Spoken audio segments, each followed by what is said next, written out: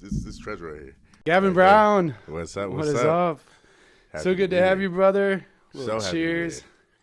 Salud, brother. It is a Tuesday, but seeing as I have no schedule yet on how I'm going to release these things, the date and time is completely irrelevant. Every day should feel like a Saturday. It's the way you should live life. Every day feels like a Saturday when I get to hang out with you. Yeah, man. Fuck yeah. I appreciate it. So good to see you. Gavin, you are a fellow artist, performer, stunt person, actor, well on their way. What got you most excited about getting into this line of work? Well, I can speak to it as my first time on set. I was like, this is not what I thought it was going to be. It went way over my expectations. But just as a kid, my parents always had us watching movies. Our Sundays were triple features. And the rest of my family were like, what are you guys doing today? We're like, church, then in the house. We got movies galore to watch. And I was like, you know what? I think I want to do that. I think I want to have fun doing that. So in that dynamic, in your household, who got the most weight in the decision for which movie was watched? Or three? You. So my mom, she's obviously, it's my mom. She's like, no, we're not watching that. She had the final say, which she probably wouldn't say that she had the final say. She's like, no, everybody had a fair chance. Nah. We still had to make mom happy. But we tried to waiver decisions of my parents, and they would help us out in that format of like, okay, you said it last time, he said it last time, and then we go from there. And tell everybody, how big is your family? One sister, mom and dad. It's just us four, but huge family outside of that. Just our, initial family is just real tight knit. Us four. So what was the favorite or the go-to? Did you guys have a movie that you would go back and rewatch? Yeah, it depended on parents. So Young Frankenstein, my mom and I. Princess Bride, my mom and I. Dad and I was foreign films. Kung Fu Hustle, that was one of them. The comedy, my dad put me onto that one. One of my favorite all time. Oh yeah, Kung Fu. Actually, it's amazing. All three of those are yeah, favorites. It's so good. You're hitting some good quality stuff. Rest in peace, Rob Reiner. But yeah, Kung Fu Hustle. He put me on the Enter the Dragon. I saw Hero for my 11th birthday. My whole class was mad at me. They were like, "Why are we going to see this?" It came up in subtitles and everything. Like, what are we doing here? Another. I'm like, my dad put me on. This is amazing. You shut up and you listen. But mom and I were just slapstick comedy, puns, and that's how we function. That's our relationship. My dad and I were like action, cool shots, which I wasn't familiar with. I wasn't educated. Ignorant to what happens behind the scenes and how they get different angles, camera shots, blah, blah, blah. But that was always instilled in me because I had such a wide berth of, cinema and films. And then my sister and I we're just taking it all in, so. That lineup, I definitely, when I talk about favorite movies, it's obviously hard because some of it is what your recent influences are. Definitely. And some of it is one of the criteria that I will use is how many times I've watched it. Yeah, that's how I just went about that one. Yeah, you had Mel Brooks up there, which was phenomenal. The Princess Bride, arguably one of the best romance adventure stories of all time. Yeah. And revenge. Killed my father, prepare to die. Yeah. Yeah. Oh, okay. Well, I do have one that will top that one for revenge. Okay. Count of Monte Cristo. Oh, yeah. That was my mom's. That was my mom's, too. Yeah. In that prison cell forever. Yeah. That hurt me as a kid. I was like, wow. They did this to this man. And you don't differentiate, fiction, nonfiction. You're just watching. You're like, oh, the world is a nasty place. This is terrible. I hope he gets out of there. Yeah, and then he almost kills his own son at the end of the movie. It's spoiler alert for anybody that has not seen Count of Monte Cristo. That will not ruin the trip. Go watch You're that. talking revenge, now I'm thinking about Old Boy. There's another good one. That one's crazy. But that was my formidable years. Those were the movies: Count of Monte Cristo, Princess Bride, Hero. Those. But I saw Old Boy on my own terms. Hero was Jet Li, right? Jet Li, yes. Yeah, yes. so good. Phenomenal. So good. Phenomenal. Yeah. And so, like, coming up, then, did you have a theater background, musical background? Was it something more that you appreciated from afar versus diving into? Kind of was diving into it, but only for school plays and stuff like that. Nothing too much. My parents were great in the aspect of, like, once I said, oh, I want to try and get into acting or modeling, this, that, and the other, they were saying, give it some time. You want to see what you want to do when you have developed as a person before you just see something and you're gung-ho about it, and that could change your life and alter the course of it without you having any control over it. So that, in turn, was a blessing. To me as a kid, I was like, let me do it. Give me an agent. I don't even know how it works, but like, Mom, Dad, do it right now. So they gave me time to figure it out, and it just never left me. But school plays, any auditions that came up that were for the public without having an agent / manager. I remember auditioning for Lion King in Chicago when it came here. My sister and I did horrible. Was that the Broadway Lion King? Yes. I got to see that. That was pretty wild. Yeah, it was. It was fantastic. It was fantastic. But auditioned for that. My sister and I, not trained in any form or fashion. We sang in church. Mom made me do that. Never wanted to do it. My family was very church oriented. We had 2 services on Sundays most of the time because grandfather preacher, uncle preacher, knew everybody in the church. So grew up there, and it was a lot of singing, a lot of arts in some format that a kid could do in the church. So that may have pushed me into this world, but I wasn't fully in there, I hadn't been enveloped yet. So they potentially had, their own version of that was they were going to give you 2 times the blessings. Yeah. It wasn't right? It wasn't twice the punishment. No, yeah. It wasn't twice the time requirement. You're getting 2 times the blessings. 2 times the blessings, yeah. Which I was sitting there in the itchy suit, and I'm like, gosh, I can't wait till I can afford other than Burlington Coat Factory. Like, when I go to church when I'm older, or if I don't go to church, But yeah, they unintentionally shaped me in that direction. That sounds painful. Also, growing up in a family, going to church on Sundays, when you're looking up and being, thank God, at least one of the fans is working. Yes. And it's not the content, it's the heat that's putting me to sleep. I was a weird kid too. I didn't like the physical things. Touch sensitive.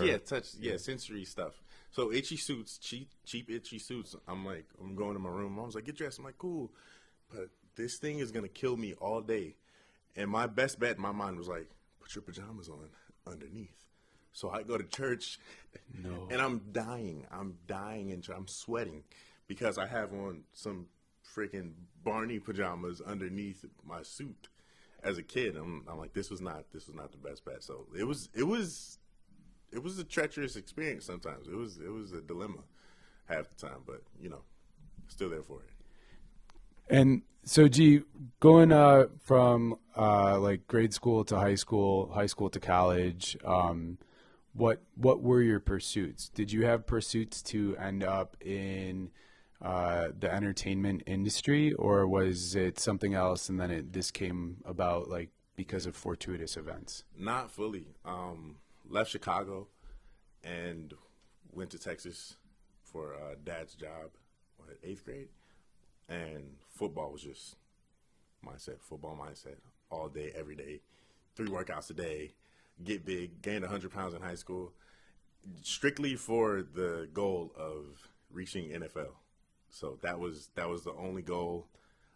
Possibly if that didn't work out, like, I'll be a doctor or something like that. And I hadn't entered college yet. And then you get to college and you're like, oh my God, I don't want to be in school for this long. Actually, this is not my vibe. Let me hold on the uniqueness of that just for a second. Uh-huh. If you did like a survey of, young bucks thinking that they had a shot at the NFL. I would put it at close to none that would say NFL or doctor. Or doctor, yeah. I was up there. There's no in between. I was like, Gavin is gonna be either right here or right there, but I'm gonna be up on top somehow, and that's how life works. You can't write your own ways. You gotta roll with it, and that's what I've learned from all this. I had too many concussions. Had some scholarship offers in college. Trainers were like, "This is what you can do. You can make it there. Just gonna have to put in the work." I'm like, "Cool. I'm good for it. I'm big. I'm fast. I'm strong. I can do this." I was dedicated, but doctors with the concussions are like, "You're risking it right now." And then the doctor's like, "Do you want to die early?" This is what it's pushing for. We're learning more and more about CTE, this, that, and the other. You're already on medications. You're 17 years old. This is not looking good for you on the up and up. So I was like, "Cool, doctor time now." Mm-hmm. And schoolwork and stuff like that. I'm like, damn, this isn't what I want to do. And so I always had some modeling gigs. Initially got an agent around about high school, college. Got an agent just to have some gigs in the background. Wasn't fully pursuing it. Wasn't taking that many classes. Did an improv class just for well, why not? That was fun. I do feel like an improv class should be mandatory. Oh yeah. Without going into anything with the education system, there's 100%. Thinking on your feet, speaking, interviews, continuing the flow. Yes, there's just multiple benefits. You're unknowingly just picking apart the conversation and taking bits and pieces of it, running with it, and that makes you almost a better person for first interactions. That helps out so much. It's helped me out so much. I've taken so many improv classes. I'm like, I'm so glad I'll take more. 100. I feel like it totally promotes active listening, creative thinking to some extent. You saw me nod my head and I said, yes, and what else? Yes, and hell yeah, for sure. There's a lot to be said about that for sure. With the football thing, first of all, I had similar issues with football. It's also why I didn't promote it with my son, either of my sons. But the was it the course load then that took the steering away from the doctor gig? Because I do feel like classes to be a doctor are more designed to weed out people that shouldn't be a doctor. Immediately weeded me out. Immediately. I was like, cool, biology. I wanted to get into child psychiatry. So that was my thing. I've seen a psychiatrist before, childhood, whatever, blah, blah, blah. Like, okay, you should probably go see somebody. I'm like, cool. School counselors, this, that, and the other. I'm like, oh, it didn't help me much, but maybe I can help somebody else out. So that was kind of my drive for that part. But course load, yes. And once I stopped playing football, I was like, wow, I can, to some extent, think for myself. And there was a bit of freedom that I hadn't had in so long, since middle school, because we were still doing 2-a-days in middle school. So from whatever, 2008-ish, 2006, 2007, from then until 2013, I was on a schedule, and somebody else was making my schedule. And finally, I had no schedule, and I'm like, this is fantastic. I'm like, what else can I get off my plate? I'm like, oh yeah, college. let me figure this out a different way, the way I want it, because I got that bit of freedom. I figured out, like, okay, I'm thinking for myself right now. Let's use this drive to go, I'm not sure where, but let's use this drive to go somewhere else that will benefit me and make me happy. So from then, the agent, got some gigs, did a modeling competition, met agents, signed to an agency, was supposed to go to New York, didn't do that. Had panic attack after panic attack, just something telling me, like, don't do this. And then ended up back in Chicago for, and now I'm here. Well, not just ended up back in Chicago. When did you do your first stunt job? Stunt job was 2017, 2016? Yeah, 2017. That was it. That was on Empire. Empire with Marty Murray. right on. Was that your when you got your SAG-AFTRA card? Yes, it was. It was the second stunt, whatever that one was. I did a scene with Bart, and that was my second stunt, and that's when I had to get my SAG card. For context, he is talking about The Shy. Yes, but he was in Empire. Yeah. Oh, really? Yeah, yeah. Oh, no way. Yeah, yeah. I mean, I'm not surprised. He's good, but he was sorry, Bart, but his character was dating someone that was an age that you should not be dating, but he didn't know this. His character didn't know this, and I'm part of his squad, friend of pedophile, yeah. as they were calling me, and so I fought the dad, or kind of did a little shove match to the craziest music that whoever did the editing on post put on there for a fight. Yeah, craziest music, but some of it was just freaking insanely awesome as well. Yeah, yeah, yeah. It was Literally. It was fun. It was fun. Yeah, they were turning out like new songs, new beats, like every episode. It was incredible. Empire was one in its own. It was something. It was fun to work on it. Yeah, so that was kind of like your step into the industry. 100%. And then you started meeting people, making fantastic impressions, doing awesome work, and gaining traction that a lot of people aspire to have, really. Yeah, being on set helped exponentially. You know, meeting people, because I didn't know Marty before Empire, because I was doing lighting on Empire, and that's how I met Marty. Lighting for a year and a half. After I met the gaffer, he put me on to his show, you know, got under him, and then just started making connections on set. And that led into boom operating as well, randomly. What Gavin's talking about actually happens quite a bit as well. With the degree of access that we have on set, you can get cross-references, you can meet new people, and for some strange reason, everybody always wants to be in the stunt department. Oh, yeah. Everybody wants to be in the stunt department. You see how much fun we have on set, and because we are so tight-knit on set, no matter what department you are, you see how everybody is, you know, functioning with their crew, or, you know, you see how happy they are on set, you know, based off their jobs and what they do. You're like, what department are you? Okay, cool. That makes sense. You're in stunts, and you've been laughing this whole time. You've been happy this whole time. We're very satisfied and happy with our jobs. Like, once the stunt is over, you just like, okay, what's next? They're like, now that you are done laughing, your scene is up. Yeah. You're getting hit by a car. Nice. I've been waiting on this. Once they told me this a week ago, I was like, yes. Nice. That's one of the things that people ask me sometimes. They're like, are you ever scared, or like what? I'm like, no, it's kind of weird, because when someone tells me what the stunt is, I'm like, cool, like hurt me, do something, and not necessarily hurt me because you don't want to get injured, but make it so fantastic, and let's make it so big and amazing. And I'm gonna do my due diligence as a stuntman. My coordinator's gonna do his due diligence that no one's gonna get hurt, injured. It's gonna be safe, but it's gonna look so freaking awesome. And when you do it, you're like, there's a feeling that I cannot explain. It's almost euphoric. Like, as soon as they call action, you do it. All right, next shot. I'm like, okay, we did that perfectly. It's so much fun. It's sometimes hard to put into words, because people look at it and you're like, you're crazy.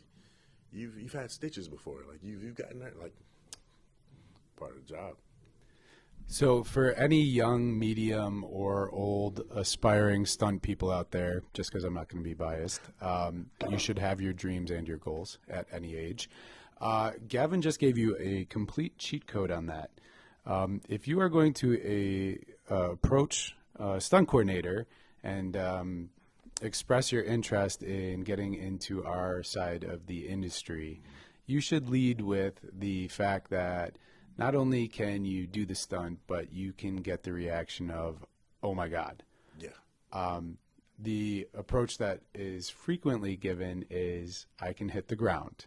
And as far as we know, gravity will continue to work, and everybody can hit the No ground. matter if you're doing stunts or anything, ask grandmas all around the world. I'm sorry, I hope you're safe. But yeah, gravity works. You don't just need gravity. Right. I want to know exactly what is going to happen and still get the reaction of, oh my fucking God, what just happened? Mm-hmm. And then after they call cut, they come back to life. And it's like, oh, so good. Yeah, you good? So good. It's so nice when someone's like, are you okay? Or even the person that your stunt partner that you're doing the scene with, they gotta check like, was that acting or what happened? And you know you did everything appropriately. You cut the fall short. You didn't pull all the way through with the tackle, and they still give that amazing reaction. And you're just like, did I hurt this man? That's how you know you did your job right. I think one of the best reactions I ever got, I had done this huge fight scene on Widows and got smashed through tables and all these other things.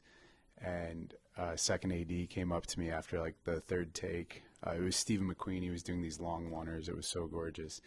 And she goes, oh my God, that looks so real. And I'm like, it was real. Like, I have pads on, but like I actually broke that table with my back. Like, yeah, it was those are that's what makes you come back. I feel like in our job, not we are very fortunate that we have an insanely talented, awesome, tight knit group of people. Oh my gosh, yes.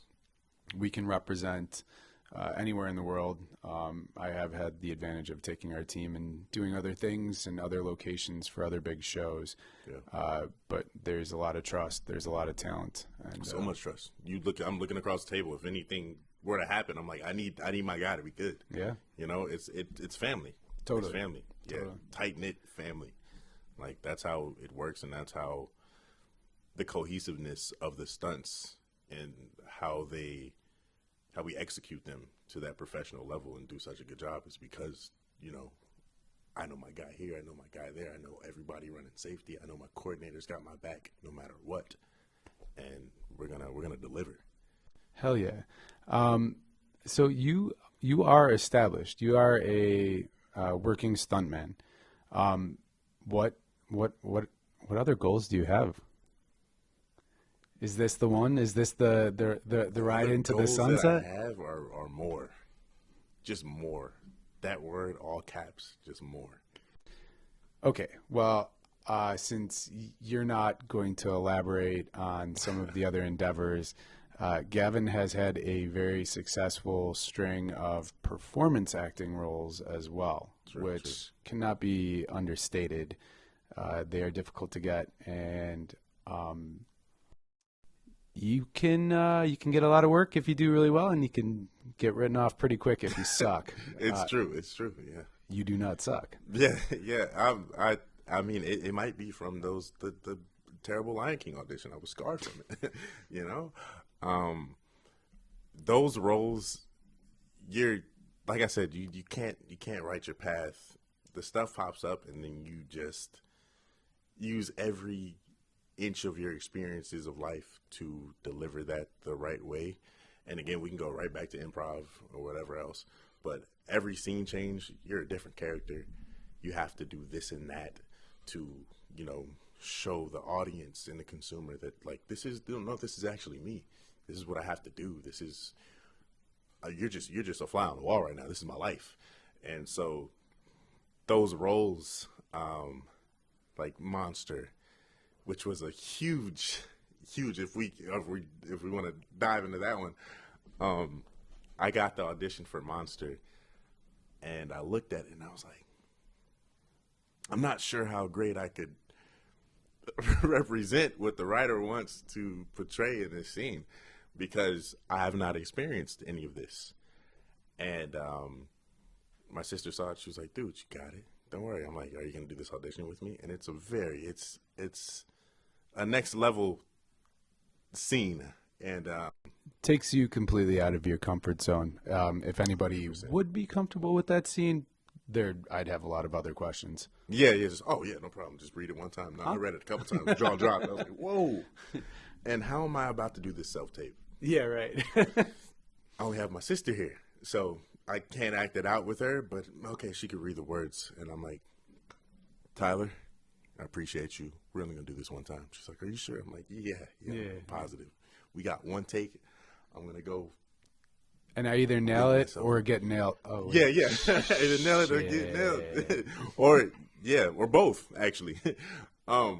So do that.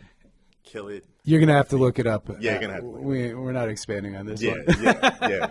But yeah, I did my best, and then we shot it out there, no pun intended. And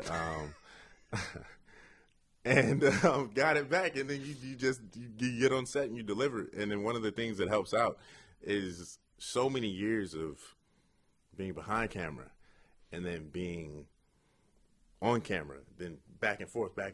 You learn so much. And I wouldn't have it any other way because of the fact that I get to see it from so many different vantages, and I get to meet so many different people, which when those scenes pop up, I don't care where I am in life. Like, the film industry is small. You're going to know somebody, and then not for some reason, obviously you feel more comfortable. You feel at home. You can settle. And then most of the time, that person is proud of you and they're supporting you.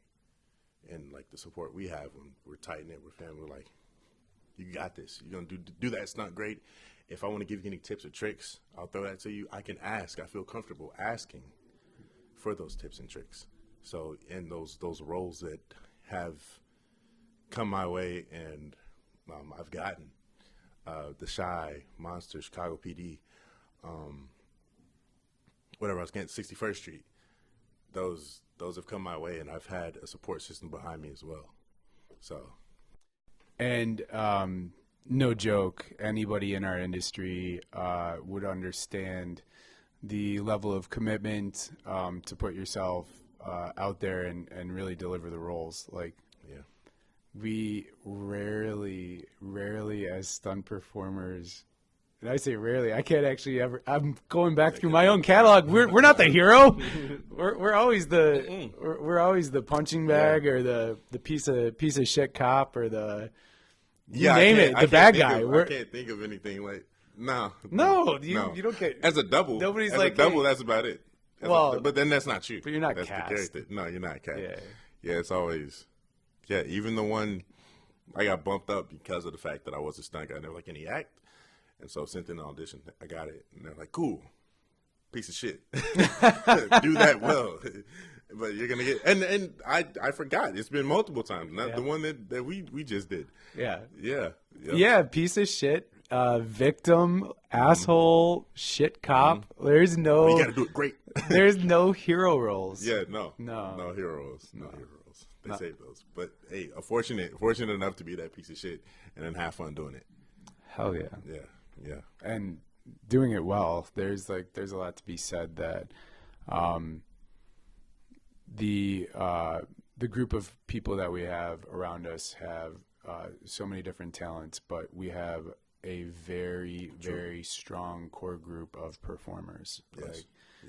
And that allows, especially, I'm just speaking from personal experience, but I know that other coordinators would share the same sentiment.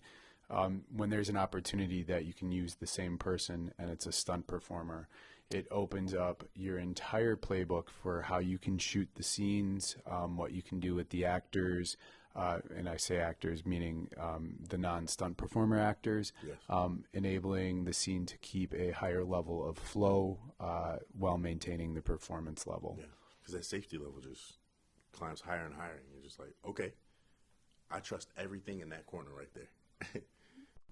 Now, whatever you want to do, we got it because we have our performer right there and able to deliver. And, when you're talking about your studs or studettes, our leading men and women, they have a massive amount of things that they need to digest and put out there, whether it's, for us, I mean, personally speaking, I think maybe I've had like 3 or 4 lines. Yeah. And you're talking about your stud and studettes, and they have pages of dialogue that they're trying to remember, nuances of the scene, nuances of past episodes. accommodating their new director, Yeah. if it's an episodic, taking any input from the DP or the writers or maybe even an executive producer. Yeah. So a lot of the times we do not have the opportunity to rehearse and dial in a lot of the performance. A lot of the time. A lot of the time. Yes. So being able to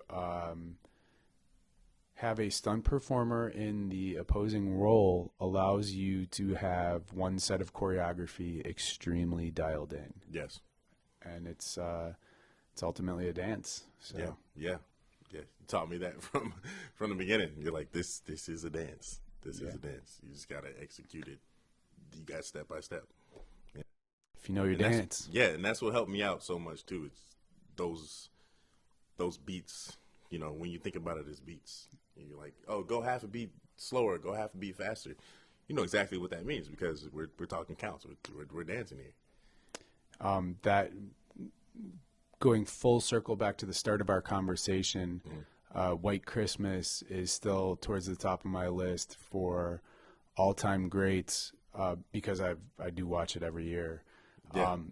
But when you are talking about, in my opinion, some of the most well-rounded talent that I've ever seen on the silver screen, you had, Bing Crosby, Danny Kaye, the whole cast was singing, dancing, performing. They were long oneers. Yeah. It was so compelling because they weren't just doing the dancing and the singing and everything else. They were performing. Yes. Yeah.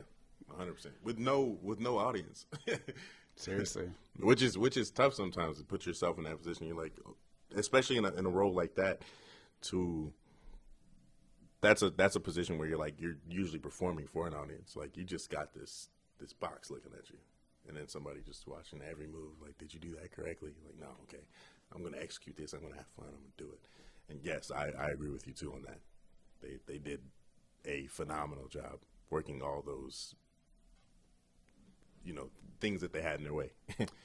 I just can't even fathom the amount of hours and time to go into the choreography and the numbers for all of it. It was, it's still, in my opinion, a masterpiece. There's lots of masterpieces. It's just one that you can reference. Yeah, and it it's resonates close to with home me. too. Yeah. Like when we talked about movies before, you referenced that movie, which made me go watch it. Hell yeah, yeah. It's just there's a lot of really good storytelling out there. Sometimes you just have to clear away all the rest of the noise. Yes. There's so much shit getting thrown at you. There's a lot of noise. Yeah. Well, cool. I first of all, you're aware of what the intention of Storytime with Matt LeFevour and the Made You Look Productions. We are really hoping to get this format dialed in so that we can write some short stories, but more so take some of our very talented friends and put these together and hopefully format our short stories, well enough that we can gain an audience and keep doing this and start making some money doing this and kickstart our next potential outlet to share some of our creative spirit. Yes. So this is the first time that Gavin is doing the exercise with me. At this point, assuming everything continues to go on course, it would likely be the third podcast that would be released. But I don't know how we're going to do the production of the videos, but hopefully you guys are going to get to see what we make next. Lucky number 3. Yeah. So the format for Gavin and the audience, I'm going to hold this up, and again, in post, I will do some magic so there is a nice clean shot of it. It is a blank paper. I do not do anything to cheat or get ahead or whatever else. This is going to be Gavin Brown, Matt LeFevour, doing a short story, having a little fun. Let's do it. Being a little creative, making some fun shit up. Gav, what's the first name of our character? Wow. Does it? Well, let's go Hoffman. Fuck yeah, I love that. I like that too. Does Hoffman have a last name? Hoffman doesn't have a last name. No. I don't think Hoffman has a last name. You could put. I think like I could that. think I like that. maybe an initial. No. But I like just yes. Hoffman. If you're An initial, but I'm thinking Hoffman. Just Hoffman's stronger. I mean, it's a big cross to bear if you're thinking about like Prince, Madonna, and some one-namers. It is. Which is why I'm already in love we're, with we're Hoffman. We're up here. It's like you set the bar. Doctor or NFL? Doctor or NFL, Hoffman. brother. How old is Hoffman? Let's see, middle age. Let's say younger. Like let's go 35. That is young as shit. 35. What's Hoffman's relationship status? No wrong answers. He's all around the board. He's Hoffman. I think he he doesn't want to tell people his relationship. He's an honest guy though. I literally wrote he's Hoffman for relations. He's Hoffman, dude. Can't miss Hoffman that. There are no names that I will say, but I know he's Hoffman. He's Hoffman.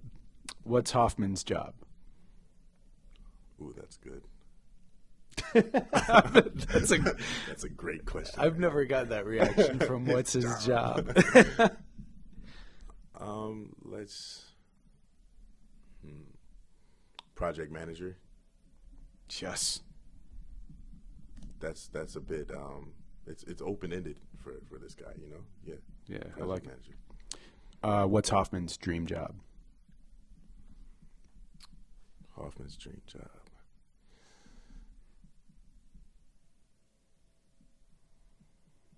Military commander. Damn. Let's say that. I think I'm not sure how Hoffman's gonna be created fully here, but Hoffman's just Hoffman still. I'm trying to get Hoffman together right here. Gav, I have no fucking clue either. We're We're work in progress. Yeah, let's do this. Does Hoffman have a pet? Yes, he has a cane corso. And a rabbit. He has a rabbit as well. You know, the kind of like they don't really go dog chases the rabbit, but they're cool. But they're cool. They're cool, yeah. Any chance that you want to name the pets, or are we just leaving it? The rabbit definitely has to have a name.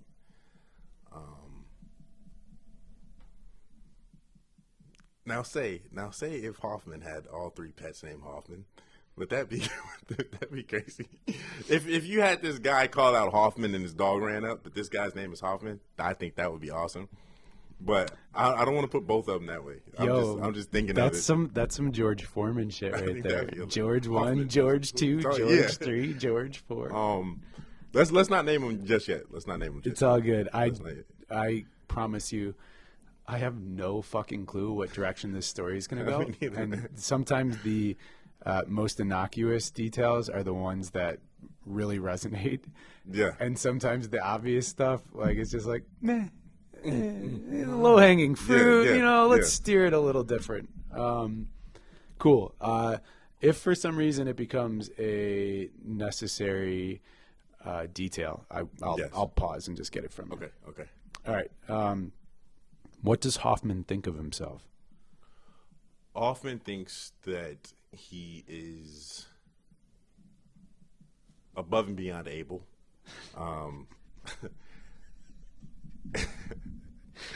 Anything that you throw at Hoffman's like, I'm your guy. Hoffman's that guy. And other people believe it too, I think. Oh, that's literally the next question. What do others think of him? Oh, yeah. So above and beyond able or capable? You should write Hoffman again. Oh, fuck. Hoffman's an adjective right now. Oh, man. And that's a good name. I put ... It's Hoffman. It's Hoffman. What do you mean? Holy shit, that's so funny. All right. What's Hoffman's favorite quote or saying? That's That's also a great question. Not seen these before. Like this is that's great. I got it. That's it. Yeah, I got it. I got it. Oh, that's phenomenal. All right. So the next part of the exercise is just free flow. Okay. Word association, free flow. So I'm going to That's start. scary. It's actually easy. Nobody, like, everybody stops at some point. They just do, because like some of it's subliminally counting. Like, have I gotten to 10? And it's like, I'll get you. Copy. So start me with an adjective, just a good descriptive word. Lovable. I really thought you were going to say Hoffman. But lovable might have been been the next one. Hoffman's now in my word association with. Hell yeah. So now there's no, like, now it doesn't have to be an adjective, a noun, it doesn't have to be anything. It's just word association. So I'll prompt you every once in a while, but lovable. Heart.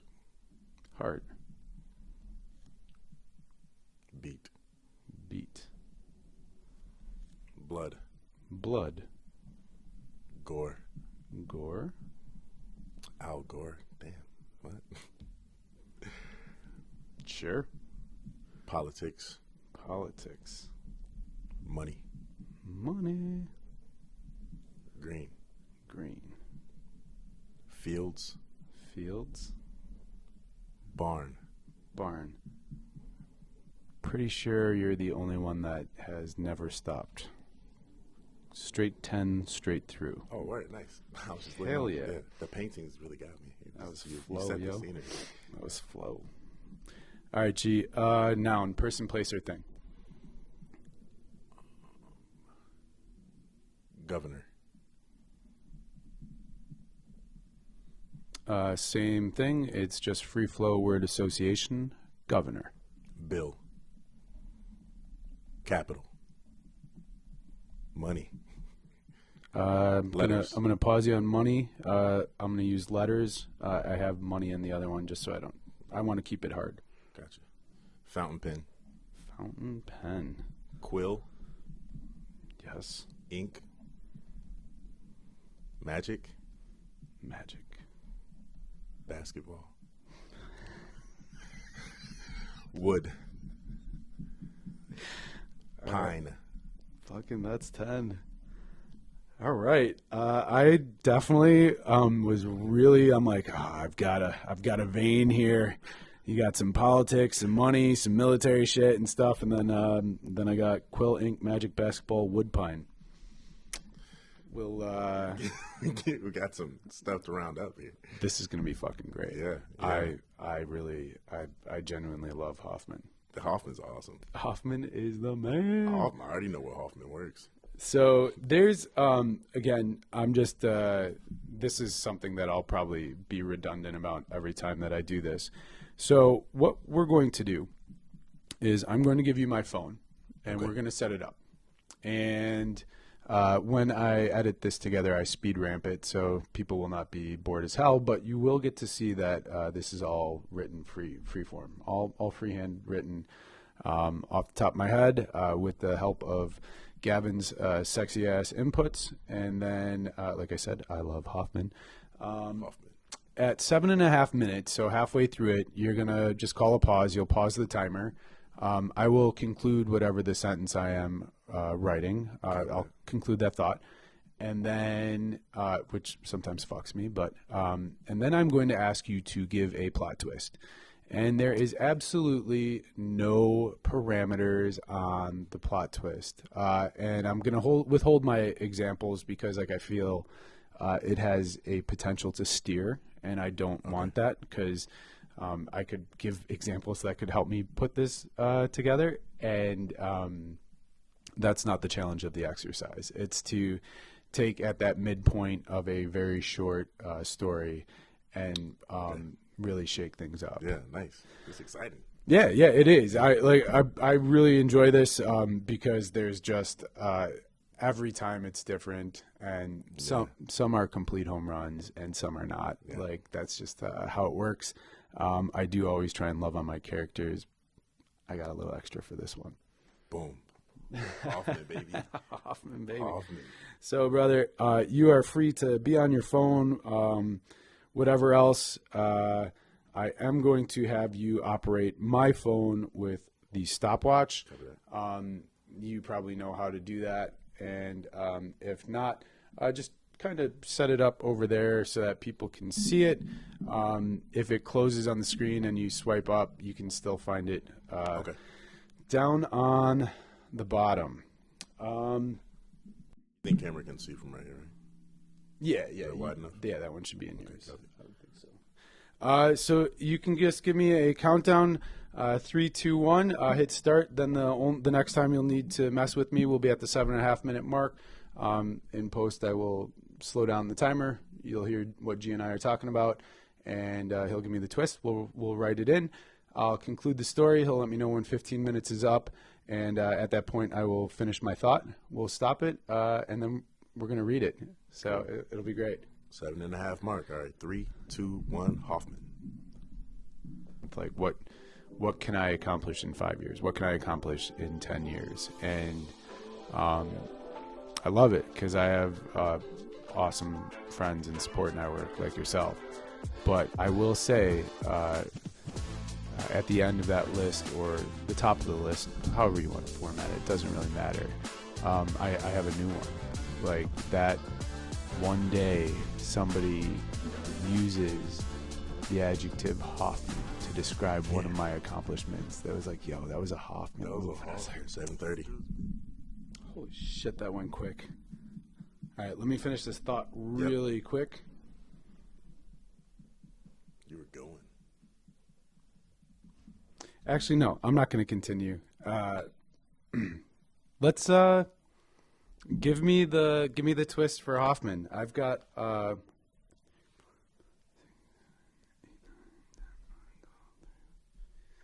I've got 16 of the 22 words included so far, which is usually a bit of a challenge. 16 of the 22 is a lot. That's well. It's actually a huge fucking challenge. Yeah. It steers the story at points for sure. But I got the story going. So nice. I would have liked to have gotten maybe a couple more beats in, but that is part of the challenge. Gavin, what just happened in our story? There was a rogue horse. A rogue horse? A rogue horse. I was wondering if a rogue horse was going to enter. A rogue horse was definitely going to enter. You already knew that. You already knew that was going to happen. Why not have a rogue horse enter? This thing is mad. I love that we have a rogue horse. Yeah. Okay. When you are ready, please count me in. Count you in? Give me a 3, 2, 1. We're doing another 7:30, right? Mm-hmm. 3, 2, 1. Hoffman. Project manager. What the fuck is Al going through? You can bang this out in 15 minutes with a break in between, with a blow up, plot twist in your story, and be able to write this and get genuine laughs, and now a small blueprint, a fraction of what could be what Hoffman is. 15. Those are 7:30 mark.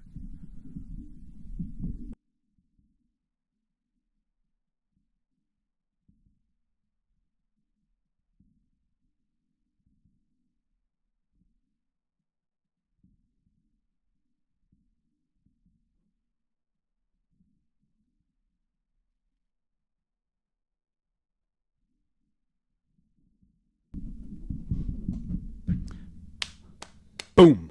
Boom. I'm glancing over at your paper and I'm like, okay, cool. I like that last that last bit right there. Yo, G, help me out, brother. What's up? Give me your Herbie Hancock down on the corner of that.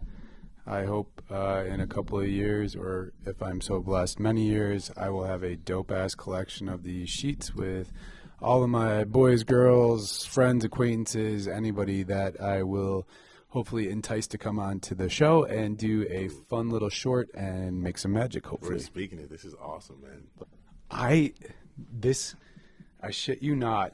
I struggled because I wanted to write so much more about Hoffman. Yeah. And the damn time constraint, which is part of it, is definitely intended to make it harder and stuff.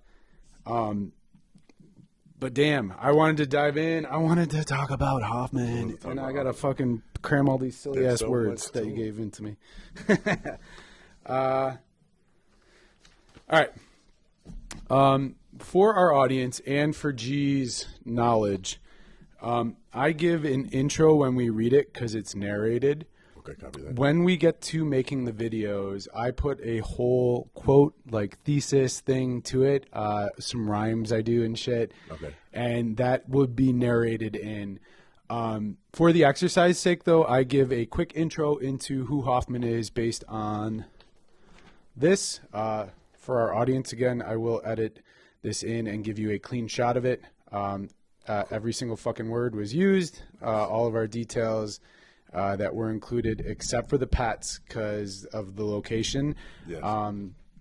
But man, I could easily write another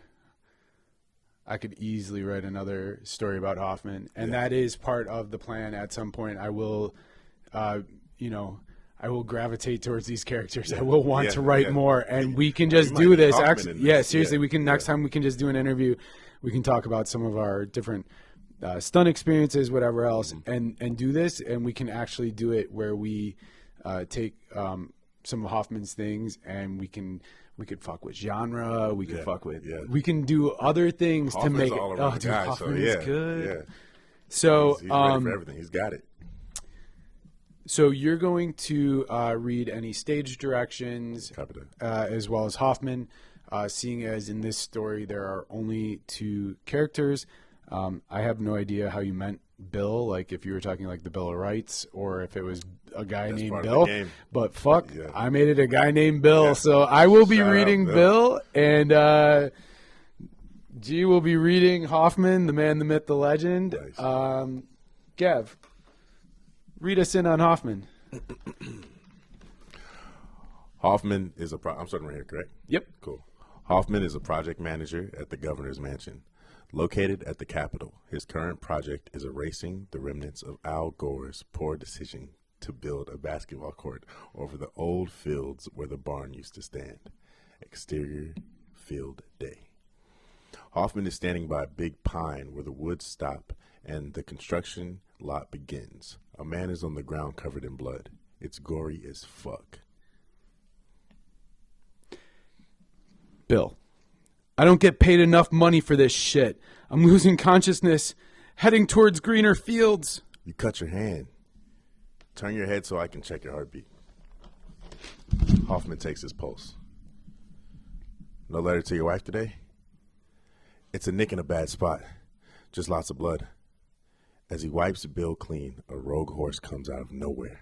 Hoffman rolls Bill out of the way in the nick of time. Bill. Holy fountain pens, quills, and ink. What the hell was that? Some kind of magic pony? Nope. Just a regular rogue horse, Bill.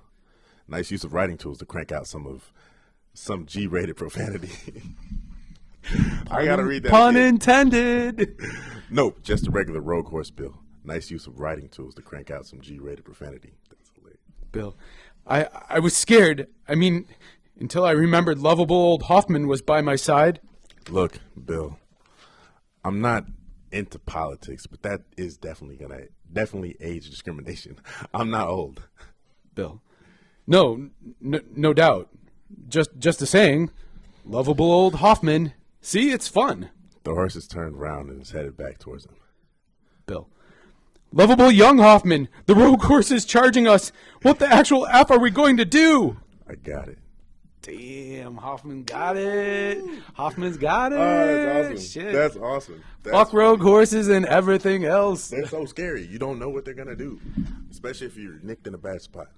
Yo, G, you gave me fucking Al Gore as a word to put in this story. Hey, Al Gore was making bad decisions. That's why they're out there. That makes sense. Yo, gotta erase something, right? That rolled nice.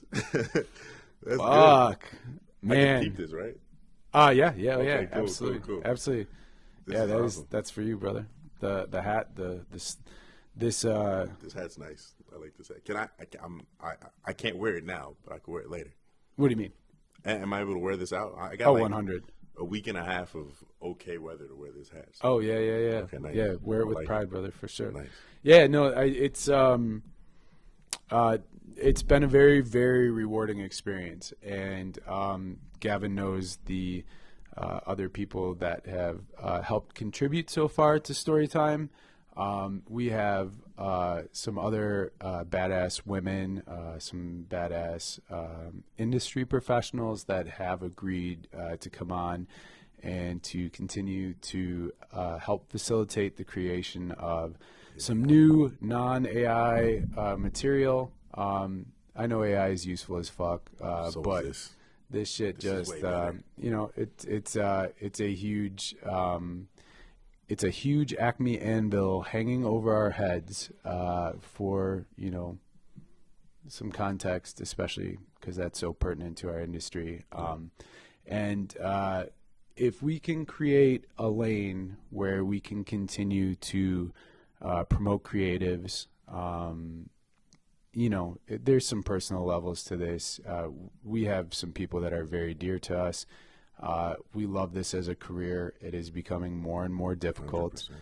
100%. And if this creates an opportunity for all of us to hypothetically, if I got to do this once a week and put a team together and we shot the things, that could potentially be another 50 or 52 days that we get paid a year, and that helps all of us. And more so, it maintains, what we would say is the middle class of our workforce, allowing people to still have this as a career, as an opportunity, as an outlet as well. Yeah, we chose this because it makes us happy. Fuck yeah. Yeah. Absolutely. Yeah, there's a lot of reward to it. And I can tell you there's people at the highest of levels that can tell you how hard this is, how hard it is to maintain work. Like we're contract to contract, and some of this endeavor is 100% to try and regain a little bit of control, whatever. Like big business is going to be big business, and we have less outlets with a lot of the consolidation of big production companies and stuff. And if this is something that we can hit hard on, there's hypothetically a whole multitude of opportunities where other people can take this format and make it their own. Like I would be flattered as fuck if somebody's like, oh, I'm gonna copy Made You Look story time or whatever. Yeah. I'd be like, yo man, that shit is copyable. Do it. Yeah. Everybody's path is different, and that's why this is so amazing, because I'm now very, very curious to see what you came up with the other guys. Oh fuck, Like I can't wait to hear and see. thank you guys. Hopefully this is, again, like I said, the beginning of a fucking long thing. And one of the beautiful subtleties about this format is that it's timeless. Somehow we talked about Al Gore. This is 2026. I don't know where he came from. There's some fucking people that don't even know who that is. Yeah. It was a funny little twist in our story that had nothing to do with Hoffman. And when we actually make the video, because that is the intention, the Al Gore reference may or may not make it. The thing was that anybody that wants to get a little extra love, you can come back and see this fantastic interview with this fantastic human being sitting across from me. Gavin Brown, love you, brother. One last thing.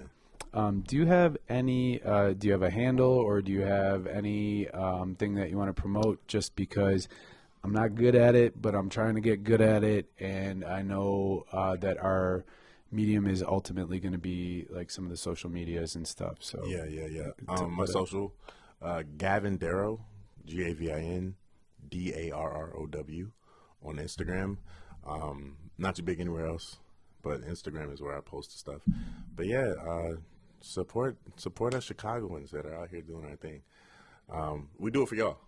We do it for ourselves, we do it for our family, and at the end of the day, the consumers, the people that love our stuff, that, you know, see and respect what we do, you know, we're going hard for you guys. Tap your inner Hoffman. See you soon. To that inner Hoffman. If y'all are watching, this is that type of. If you don't have a friend like this, a brother, a family member like this, then you know you got to do some, you know, soul searching, because these people are out here. It's hard to find them. Find your But Hoffman. when you got them. Find your Hoffman. Find your Hoffman.